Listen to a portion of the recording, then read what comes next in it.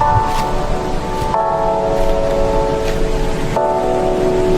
बात 90s की है। श्री रामलू हमारे यहाँ एंजियोप्लास्टी के लिए एडमिट होने के लिए आए थे। उसके पहले उनकी एंजियोग्राफी होने वाली थी। जब एंजियोग्राफी या एंजियोप्लास्टी होती है तो जैसा हर हॉस्पिटल में एक रूटीन रहता है, हम उनकी काउंसलिंग करते हैं, उनको समझाते हैं, डूज़ एंड डोंट्स बताते हैं, रिस्क्स बताते हैं। वो सब चल रहा था। हम बात ही कर रहे थे कि श्री रामलू ने धीरे से मेरी तरफ निकलते समय, जब उनकी पत्नी बाहर निकल गई, तो एक धीरे से पर्चा बढ़ाया, मुझे दिया और कहा इसमें एक एडवोकेट का नंबर है कि आप मेरे चिन्हवीड़ को दे दीजिएगा। तमिलनाडु में एक प्रथा होती है जिसे चिन्हवीड़ कहा जाता है। प्रथा नहीं, मतलब एक नॉर्म है। चिन्हवीड़ मतलब छोटा घर। छोटा घर यानी दूसरी पत्नी। पर्ची देखकर मैं थोड़ी देर के लिए शॉक थी। मुझे समझ नहीं आया मैं क्या करूं। मैंने डॉक्टर अय्यर की तरफ देखा। उन्होंने कहा रख तो लो, पर आइंदा वापस कर दिया करो भाई, ये रिस्की जॉब है। खैर, पर्ची मैंने अपने पास रख ली और श्री रामलू को व्हील इन किया गया एंजियोग्राफी के लिए।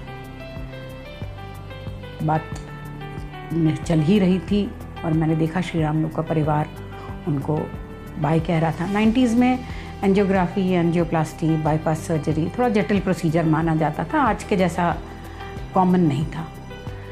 और उनको सब बाय कह रहे थे। श्री रामलू वैसे तो प्रसन्नचित्त थे, पर चेहरे पर उनके और उनके परिवार के, खासकर उनके पत्नी के, चिंता की रेखाएं स्वाभाविक थी। श्री रामलू चले गए अंदर और बाकी परिवार बाहर खड़ा था। मैं परिवार को देखकर सोच ही रही थी कि कितना टेंशन होता होगा ना इन सबको। उतने में मेरी नज़र एक नीली साड़ी और ऑरेंज कलर के कादम्बरी के फूलों पर लगाई हुई महिला पर पड़ी। सहमी सी, चुपचाप सी वो महिला एक कोने में खड़ी थी, इनकॉन्स्पिक्यूअस। मैंने उसको देखा और मेरी नज़र उस पर पड़ी और बस ठहर कर चली गई। श्री रामलू को 1 घंटे बाद जब एंजियोग्राफी के बाद बाहर लेके आए तो डिसाइड हुआ कि इनकी इमरजेंसी बाईपास सर्जरी करनी है। परिवार को फिर बुलाया गया, फिर काउंसलिंग करी गई।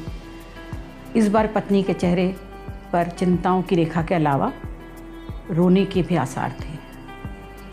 हम समझा ही रहे थे परिवार को और उतने में श्री रामलू को बाहर लेके आया गया। उन्होंने परिवार से बात करी, अच्छे से बाय करा, सबको टाटा किया और ओटी की तरफ उनका स्ट्रेचर जाने लगा। परिवार भी उनके पीछे पीछे जाने लगा। जब परिवार चला गया तो वो नीली साड़ी वाली, ऑरेंज फूलों वाली महिला मेरे पास धीरे से आई और मुझे बोली कि आपको एक एडवोकेट के एड्रेस की पर्ची किसी ने दी होगी ना, श्री रामलू जी ने। मैंने कहा हाँ, मैं वही हूँ। शायद वो चिन्हवीड़ कहना नहीं चाहती थी। मैंने उसकी तरफ घूर कर देखा। बाद में मुझे लगा भी कि मुझे इस तरह उसको घूरना नहीं चाहिए। मैंने उसकी तरफ घूर कर देखा, ऊपर से नीचे। उसकी नज़रें नीची थीं पर आंखें डबडबाई थीं। उसने कहा कैसे हैं वो? मैंने उसको बताया कि एंजियोग्राफी हो गई है और इस समय इमरजेंसी बाईपास के लिए उनको ले जा रहे हैं। उसने आह भरी और मुझे छोड़कर चल दी।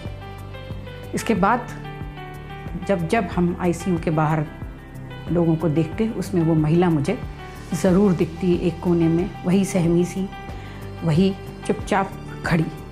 श्री रामलू जी का परिवार आता जाता रहता, कभी बेटा आता, कभी पत्नी आती।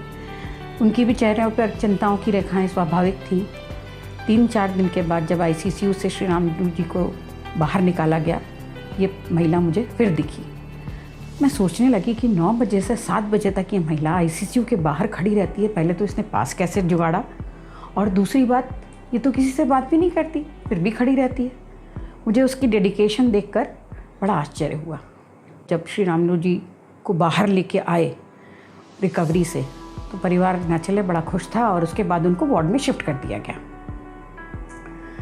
वार्ड में शिफ्ट करने के बाद में भी ये महिला वार्ड में आ गई, फिर वैसे ही खड़ी रहती 9 बजे से 7 बजे तक। श्री रामलू जी को फिजियोथेरेपी के लिए लेके जाते, उनको एक नज़र देखती और जैसे ही वो फिजियोथेरेपी के बाद कमरे में चले जाते, ये चली जाती। उस एक झलक को पाने के लिए ये घंटों तक खड़ी रहती थी। मेरी उत्सुकता इस महिला में बढ़ गई। एक दिन मैंने उसके पास जाकर धीरे से उससे पूछा, मुझे तुम्हारी कहानी सुननी है, अपनी कहानी बताओगी मुझे? वो मेरी तरफ देखकर हल्के से मुस्कुराई और बोली, मेरी कोई कहानी नहीं है, मैं सिर्फ इनसे प्यार करती हूँ। मैंने पूछा, तुम इनकी एक झलक पाने के लिए, इनके बारे में जानने के लिए सुबह 9 से 7 बजे तक खड़ी रहती हो, किसी से बातचीत किए बगैर, कुछ भी कहे बगैर? वो कहती है कि मैं इनके लिए कुछ भी कर सकती हूँ, मैं इनसे बहुत प्यार करती हूँ, मुझे ना इनका पैसा चाहिए, ना मुझे इनके साथ कुछ चाहिए, ना इनके परिवार को मेरे बारे में मैं कभी दुख देना चाहती हूँ मेरी वजह से। मैं सिर्फ इनका साथ चाहती हूँ, चंद मिनटों का, चंद घंटों का, बस मुझे वो दिख जाते हैं, मेरी चिंता दूर हो जाती है। मैंने कहा, वो तो तुम्हारी तरफ देखते भी नहीं हैं। उसने कहा कि हाँ, वो अपने परिवार को दुख देना नहीं चाहते हैं, इसलिए मेरे अस्तित्व को नकारते हैं। मैं बहुत चक्की थी देखकर, ऐसा भी कोई अनजाना सा, अनाम सा रिश्ता होता है जिसके लिए व्यक्ति इस अनजान रिश्ते को सिर्फ देखने के लिए अपने घंटों, अपनी ज़िंदगी के कुछ इम्पॉर्टेंट लम्हे दे सकता है। घटना ने मुझे ज़िंदगी के एक अलग ही रिश्ते से रूबरू कराया।